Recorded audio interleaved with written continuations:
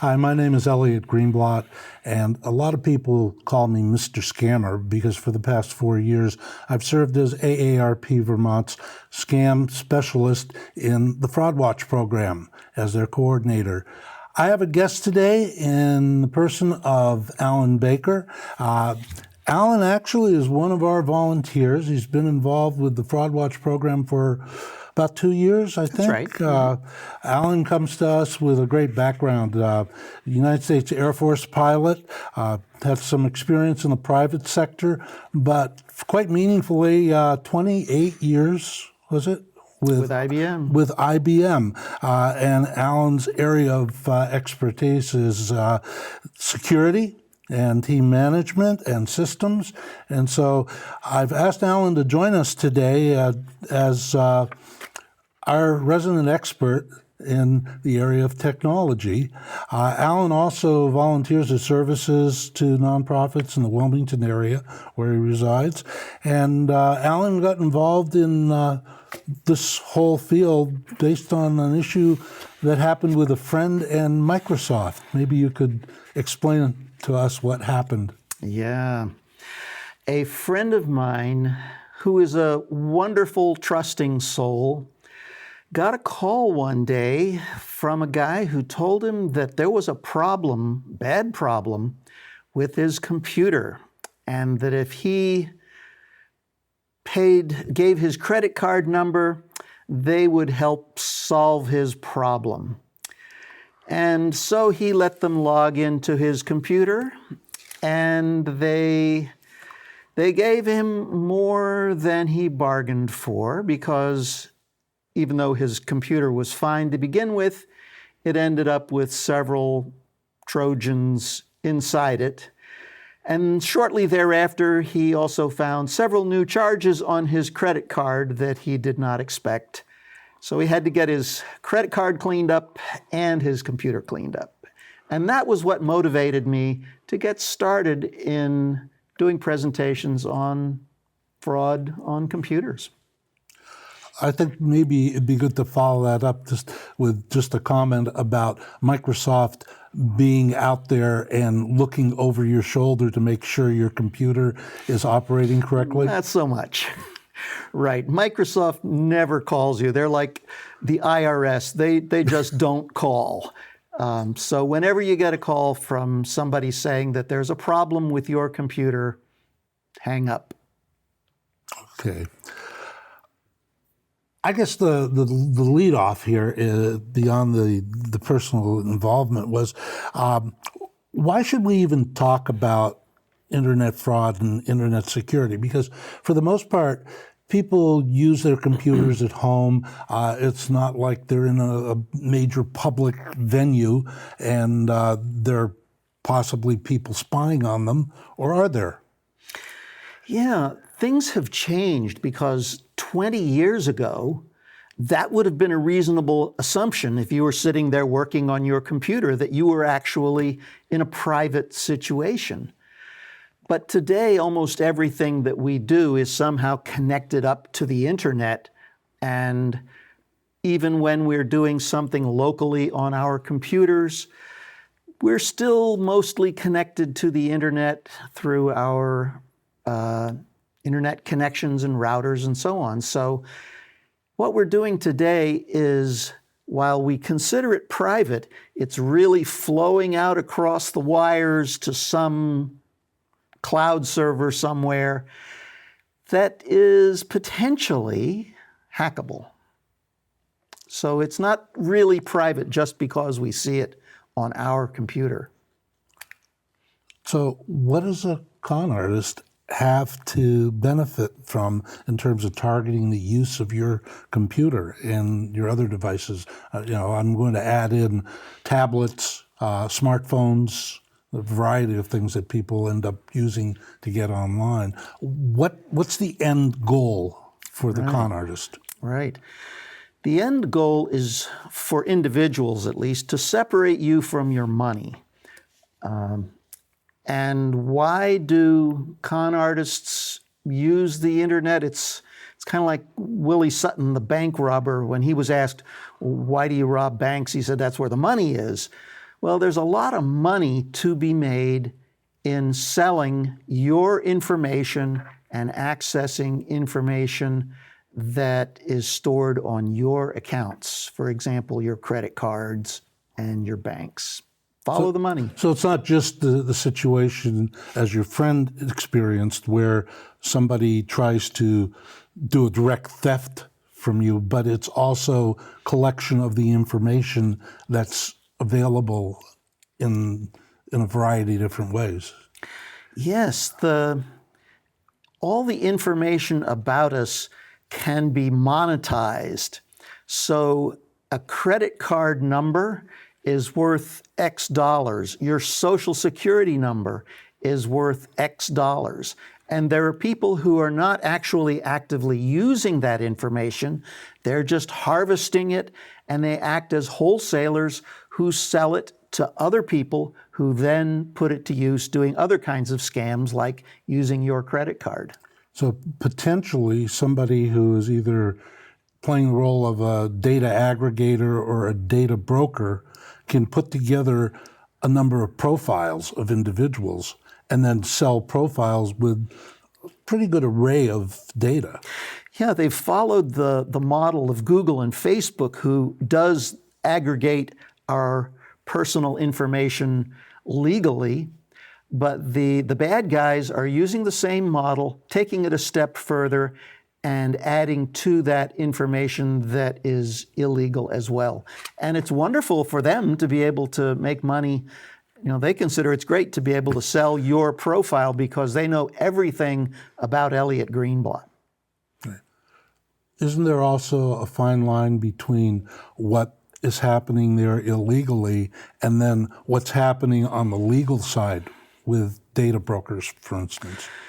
True, sadly true. There's very little information, there's very little control of the information that data brokers aggregate about us.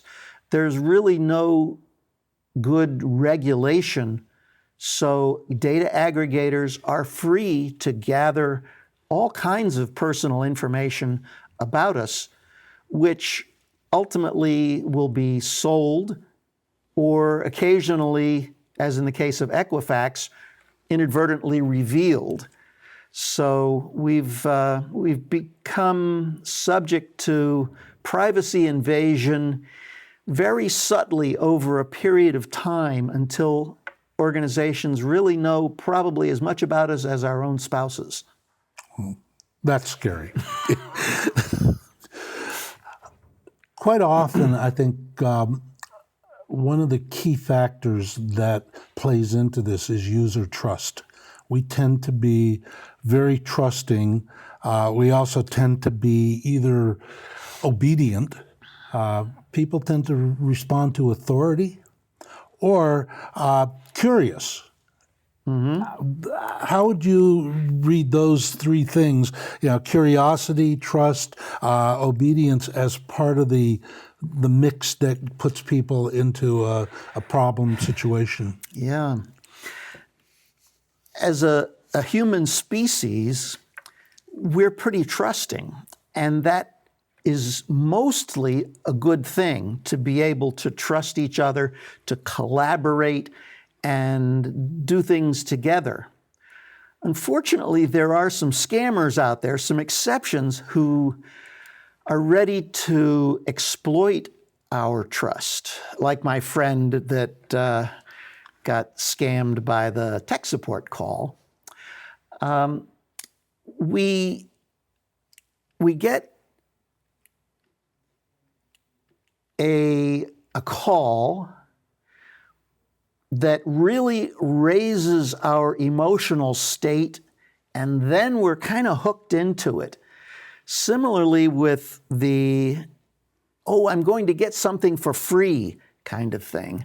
It raises our emotional state, but if it's too good to be true, you probably, if it looks too good to be true, it probably is. Yeah. Okay. The tools in general that are being used to deceive people on the internet. Email, for example, bogus websites, social media. Can you comment a little bit on those things, and particularly, email, since that seems to be the thing that everybody ends up with at one point or another? Right. Yeah, we mostly interact with the internet via email and websites. So those are the two primary portals for bad guys to reach us. Now, on their end of it, they're fishing for our info and looking to use our systems as a springboard for some other work that they have in mind. But it's partly a matter of paying attention to what we're doing on the emails and the web servers that we engage with, because not all of the emails we get are from our friends. Some significant proportion are scammers that are trying to extract something from us. And that brings up, I think, even a more subtle twist, in the sense that scammers are able to send out emails that appear to be coming from people on your own contact list, saying things like, gee, Alan, you're probably interested in this, and then provide you with a link to click on. Right. Or, gee, I'm in England and I've lost my wallet. Can you wire me some money? Yeah, there are a lot of different kinds of fraud that appear to even be from people that we know. So it's important to remain attentive and do something like look at the specific email address from which that came. Unless the person's email has been compromised, usually those kinds of emails show some other different email address than the legitimate one of your friend. They're interested in gaining access other ways, for example, to your passwords, so that will give them a further springboard into your accounts, or access into your own hardware, into your own computer and router, so that they can exploit those still further. So those are multiple ways that they try to get in. Let's turn our attention to the threats, because there are some very significant ones out there. One of them that we've seen a certain amount of, primarily with large organizations, both public organizations and private organizations, something called ransomware.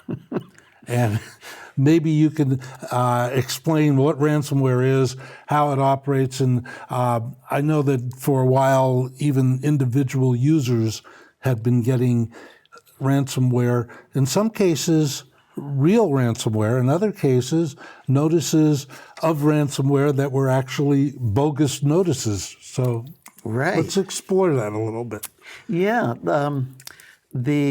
Just thinking of the bogus one, you've probably, within the last couple of months, you've probably seen a dozen emails that say, I've hacked your computer and I have those videos of you and I'm going to reveal them to the world unless you pay me X number of Bitcoin.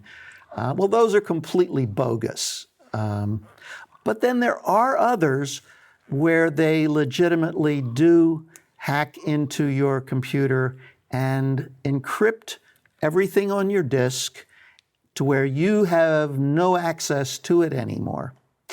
And this happened a few years ago to a friend of mine.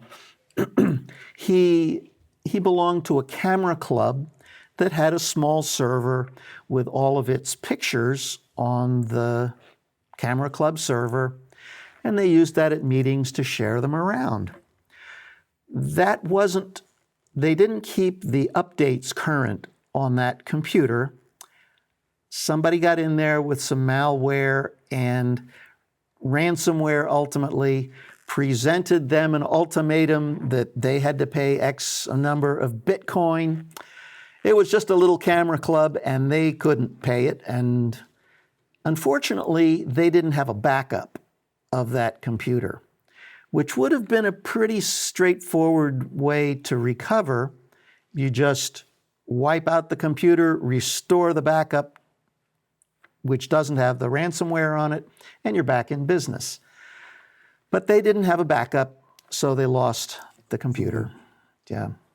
But for better or worse, ransomware now seems to be shifting from individuals and small operators like camera clubs to big operations, corporations, towns. Ask the mayor of Baltimore about ransomware, and I'm sure he would be able to tell you how they've spent millions of dollars over many weeks trying to recover from ransomware.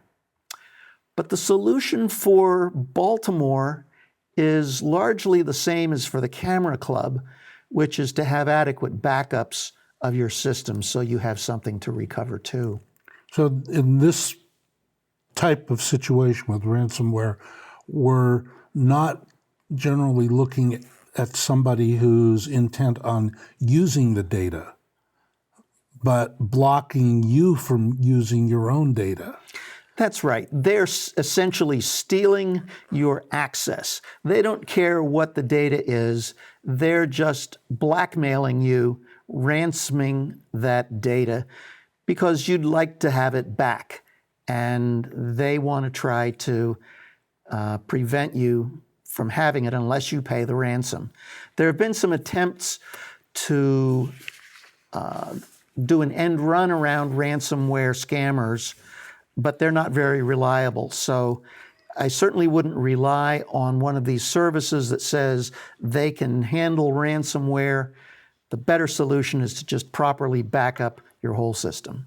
Which is actually a good tip, regardless of considering ransomware or not. I think at one point I heard a computer guru say there are only two types of people in the world, those who've had hard drive crashes and those who will have hard drive crashes. Exactly so. And I've had one major, catastrophic failure of a hard disk. And fortunately, I did have everything backed up. And it was about a week old, but I can live with missing 4 or 5 days. Missing a few days of data. But I was able to recover back to where I was. But the important thing about the backup is that many backup environments or software don't back up everything.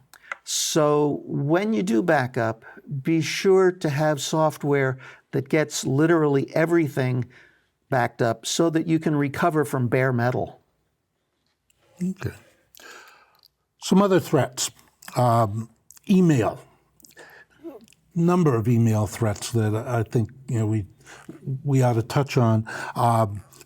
The one that everybody hates is the spam, but somewhere filtered into that is often either phishing attempts or probably more dangerous spear phishing. And let's kind of go through the topics. Spam is what? Spam is email that you don't want, and it does come in many different flavors. I've had the same email address for 15 years, so practically everybody has my email address. And so I get tons of spam every day. Fortunately, most email software has spam filters that filter out most of that junk. So you're only left dealing with a few that made it through the filters.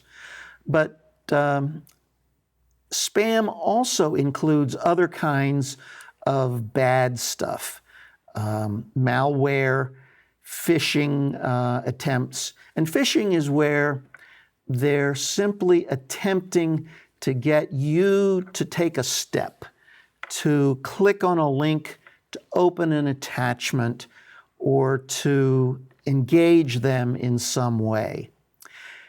And usually you can detect those because the email address is actually not something that you recognize. It's a variation on the real email address it should be. Or if you hover over the link that they provide you, you'll see that it takes you to some gobbledygook place, not what it appears to be. So let's take a look at one of these emails. Good. And I think this one is probably one that would scare most people. The IRS. Now, you earlier said the IRS is not going to send you emails.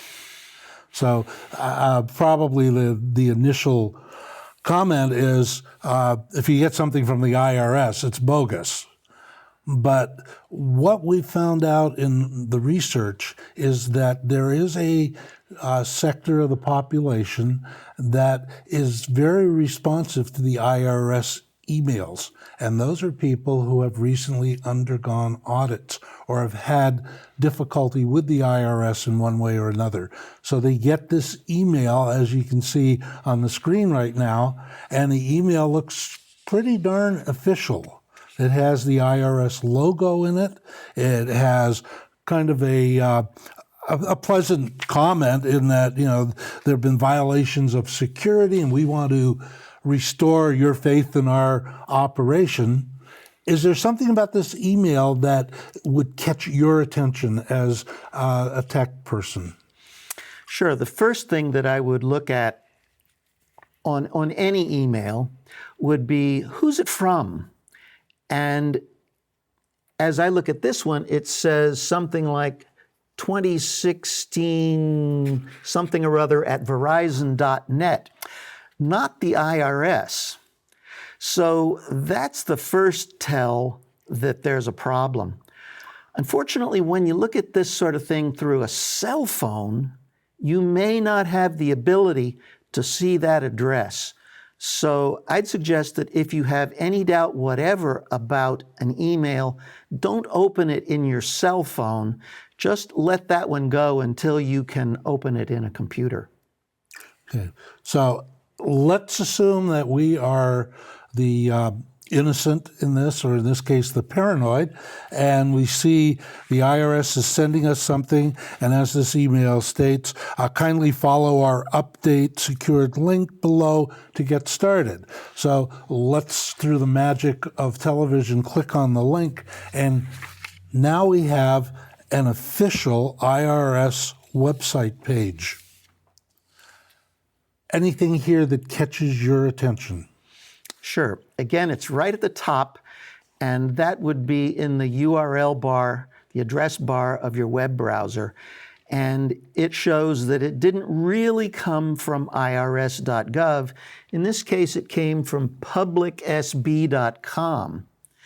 Now, you could probably have seen that by holding your mouse, hovering your mouse over the button on the email. In many browsers, it will show you that address right in the email tool, so you know not to click on it. But if it was already too late and you clicked on it and it came up in your web browser, you should be able to look at that and see publicsb.com is not irs.gov. The rest of it looks very official. Okay. Though I think we should also caution people that the IRS is not going to ask for this kind of information, including things like your Social Security number, which they already have. They won't be asking for it in a format like this. And then certainly would not be looking at things like, on this kind of form, what's your income? Right.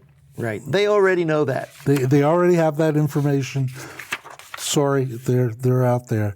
I want to touch a little bit on a threat involving social media. There are a lot of different issues with social media, but in this case, it's the use of social media to log into other accounts. Now, sometimes when you go to log into a website, there will be a separate message or a message on the page that says something to the effect that you can log in using your Facebook account, as opposed to logging in with what you know to be the password for that website. Mm-hmm.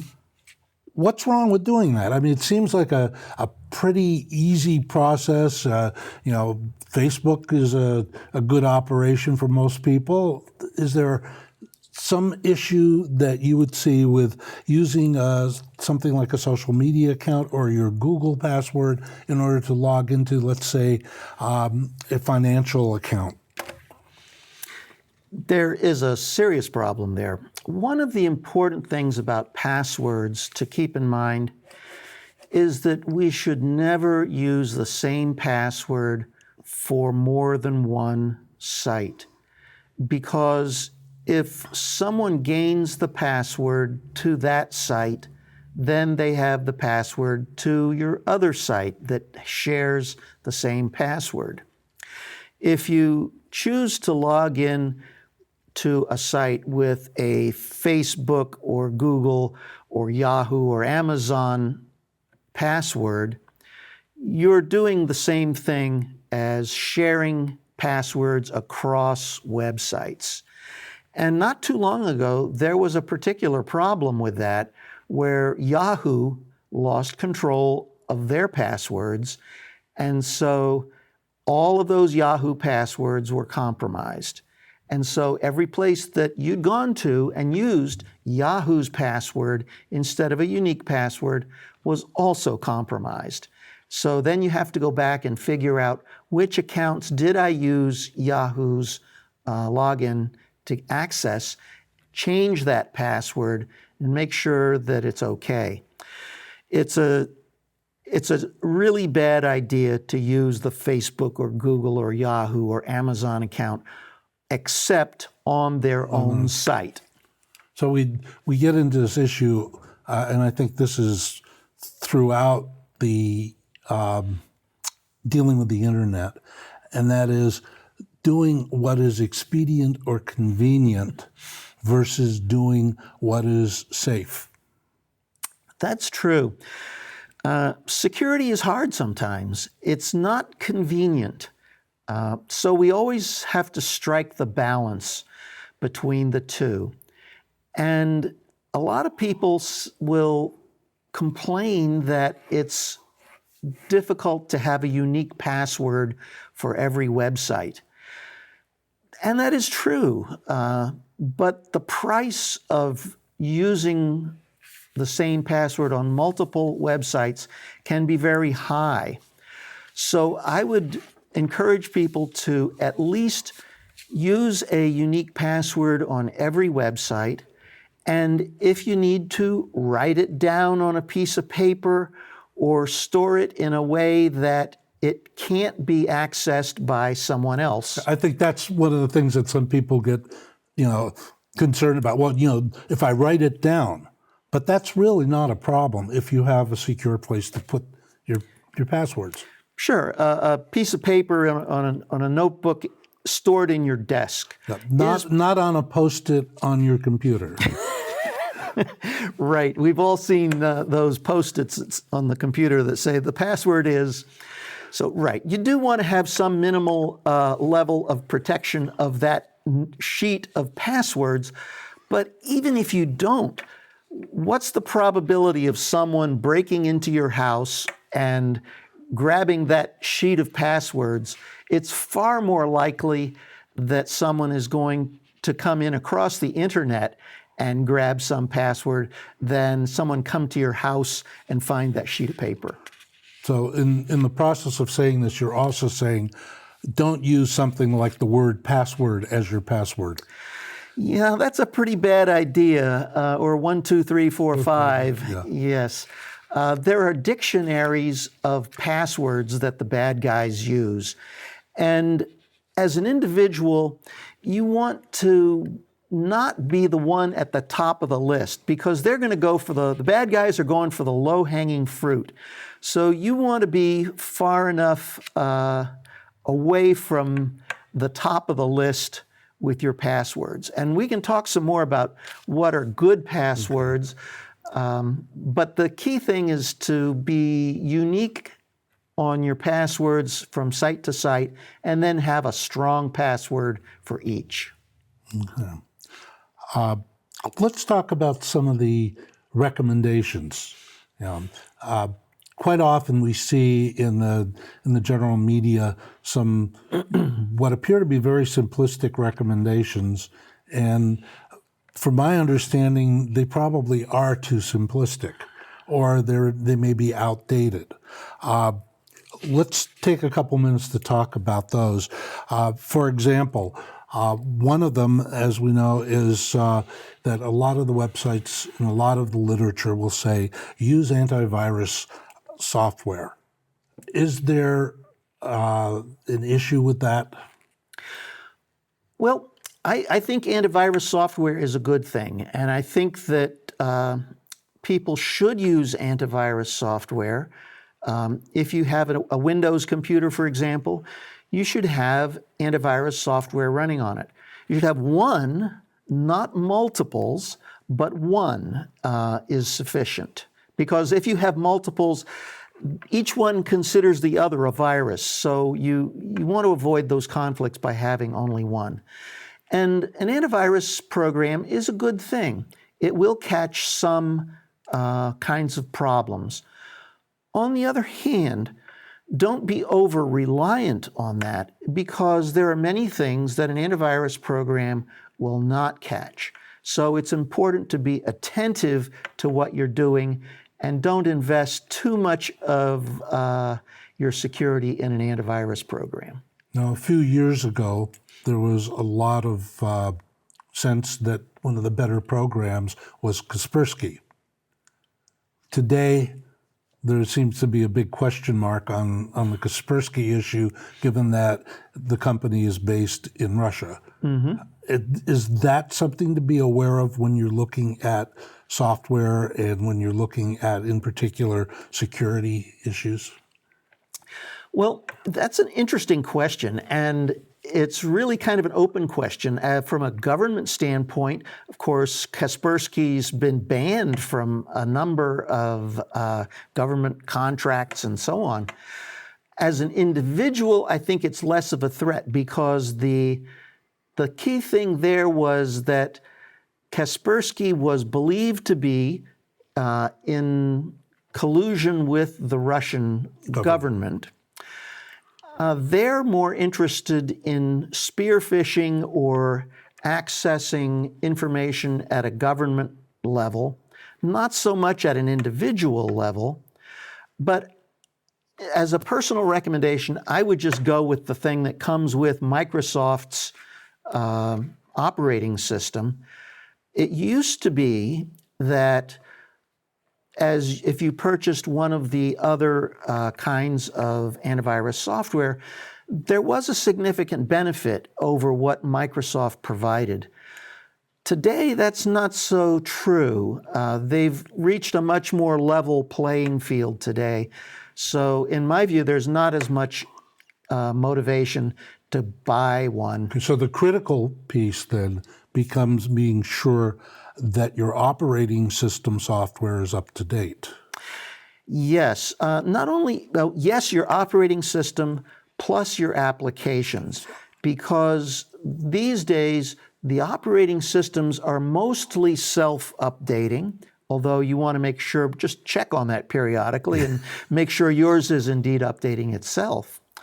But similarly, the applications that you're running are a gateway for the bad guys. In recent history, Adobe products, notably Flash and Adobe Reader, have been the source of a lot of compromises, because they found vulnerabilities in the software, and if you don't patch those vulnerabilities with updates, then the bad guys are going to attempt to exploit them. Today, Adobe Flash is kind of on the way out. Macintoshes have already banned them. And I would suggest that as a Windows user as well, ban it from your own desktop. Similarly, Adobe Reader, which is the source of many problems, has been incorporated into every browser. So you don't really need to have a separate Adobe Reader on your computer. Just use the one that your browser uses. And again, that will ensure that the updates keep on coming. It's really important when you see that message that says your software needs to be updated, go ahead and update it, because it's the vulnerabilities that have gone unpatched that are the source of most exploits. Okay. You mentioned the idea of unique passwords. And a strong, unique password, I guess, would be the key. Is there any benefit in terms of protecting yourself by changing your password frequently? Yeah, isn't that an interesting question? When I worked at IBM, we had to change our passwords periodically. It was enforced. Well, some research was done a few years ago at University of North Carolina at Chapel Hill that showed that doing that actually weakened your passwords over time. Each time you changed the password, it tended to get weaker and weaker and weaker. And the ability to guess the password became a higher and higher probability, because people will say, change their password from abracadabra 1 to abracadabra 2. And so if the bad guys get hold of the password abracadabra 1, not too hard to guess that the new one is going to be abracadabra 2. So that whole idea of changing your password on some kind of schedule has really been debunked. There are still some websites that are locked into ancient history and insist that you change your password every 6 months or some period of time. And there's nothing we can do about that at this point but follow through.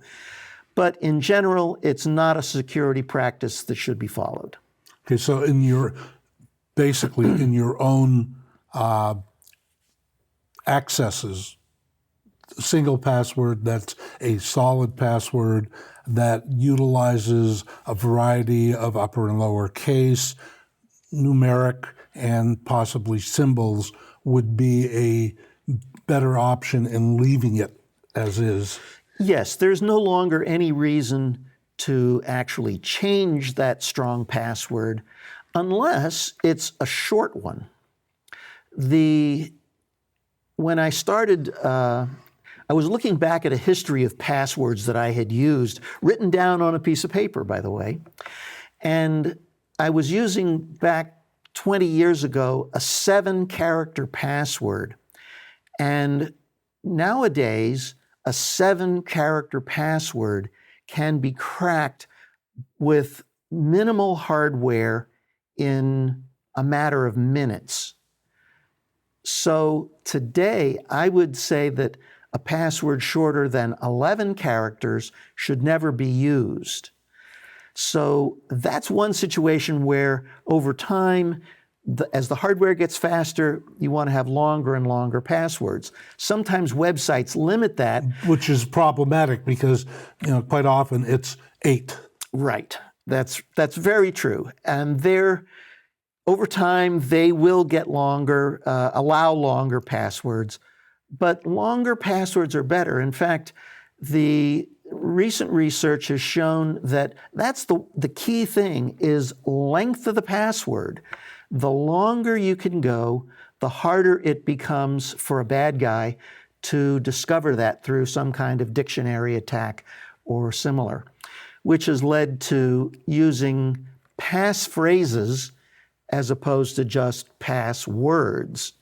So it's useful to have a series of words that make up your password kind of strung together, so long as they're not the sort of thing that would be obvious and would be put into a dictionary like 7 years ago.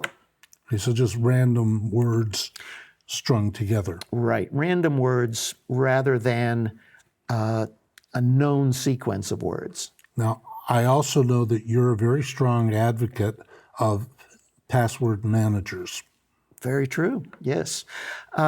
Password managers are something that really help us get past this problem of a password for every website. And I don't know how many passwords you try to maintain, Elliott, but I have probably a couple hundred that I maintain. And it becomes almost impossible to keep them in your head or difficult to keep them on a piece of paper.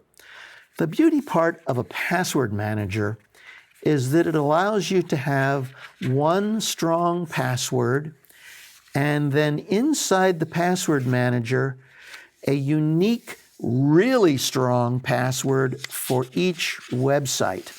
So those passwords for websites can be so obscure and long that you simply could not remember them. And similarly, a bad guy, a miscreant, cannot hack them. So password managers, I think, are really a wonderful gift to us right now. Whether you're using the keychain kind of password manager in the Apple context, or if you use LastPass or OnePass or KeepPass for other kinds of devices, eventually we will reach the point where we no longer have to use passwords. But for now, Maybe a while from now, but password managers today are our best way to handle this volume of passwords that we need. one of the, I guess it's more of a side issue, but it has to do with the way we end up dealing with the internet and dealing with messages, is sometimes we have the opportunity to unsubscribe, just simply to, I don't want those anymore. So I get an email from who knows where, and I don't want to get any more of them. And at the bottom of that email, there's a little box that says, to unsubscribe, click here. Is that a good idea? Isn't that tempting? Yes, it's not a good idea. When you get email from a legitimate company that you know that you've been dealing with and you just don't want to get their emails anymore, then that is safe to click their unsubscribe button. On the other hand, if it's someone that you don't, some company that you've never heard of, some website, or someone that you don't do business with, never click the unsubscribe button. Because when you click that unsubscribe button, you're really saying, subscribe me. I'm here. You know now that that's a legitimate email address. Please send me more spam. So avoid unsubscribe buttons. When you're dealing with, for example, I used to have a Honda. I no longer have a Honda. I still get emails from Honda USA. Going to that and clicking unsubscribe would not be a problem. That's right. That's an example where that legitimate company will eventually unsubscribe you from their email list. Companies that you don't know and haven't dealt with will just send you more, and they will sell your email address to other spammers who will still send you even more spam. Okay. Let's talk about a specific example. And here's one where you can confirm your email address. This was an email that I received. And if you notice the text on it, it says, P.S. failed to answer this email is considered as a positive answer. So if I don't click unsubscribe, they're telling me they're going to make me a recipient. How would you approach something like this? You mean there's somebody out there who would not tell the truth? Yeah. When they say on this confirm or unsubscribe, it's the same thing. This is another one that you don't know them, You don't know why they sent this to you, but it looks very tempting to click unsubscribe. But the reality is that they're just fishing for your email address and confirming that you have indeed received this and that your email address is live and they can sell it for more money. Okay. Well, we've spent quite a bit of time going over a lot of the issues that involve scammers and fraud on the internet. Do you have anything that you would toss into our conversation that you think we may have missed or that you think should be emphasized? Sure. I think that the first thing is just be attentive. The tools that we have today give us such power to reach out across the internet and accomplish many things. But just checking things like email addresses and web addresses are a powerful way and a simple way to stay out of trouble. A second one is that if it looks like it's too good to be true, it probably is too good to be true. There's no free lunch, and don't just act on impulse when you see this thing that looks really good. Sit back, think about it, and consider whether that's actually going to be a smart thing to click on. So that message that says if you don't respond within the next 20 minutes, you will lose this opportunity, probably isn't much of an opportunity. It's probably an opportunity to get yourself in trouble. Thank you, Alan. I greatly appreciate you coming in and sharing your knowledge and your experiences of dealing with tech issues and scamming. Alan Baker is our guest today. Alan has an extensive background in computers and longtime service in the U.S. Air Force, a personal business, as well as IBM. And I thank Alan for joining us, and thank you for watching our program today. Thank you for inviting me, Elliott.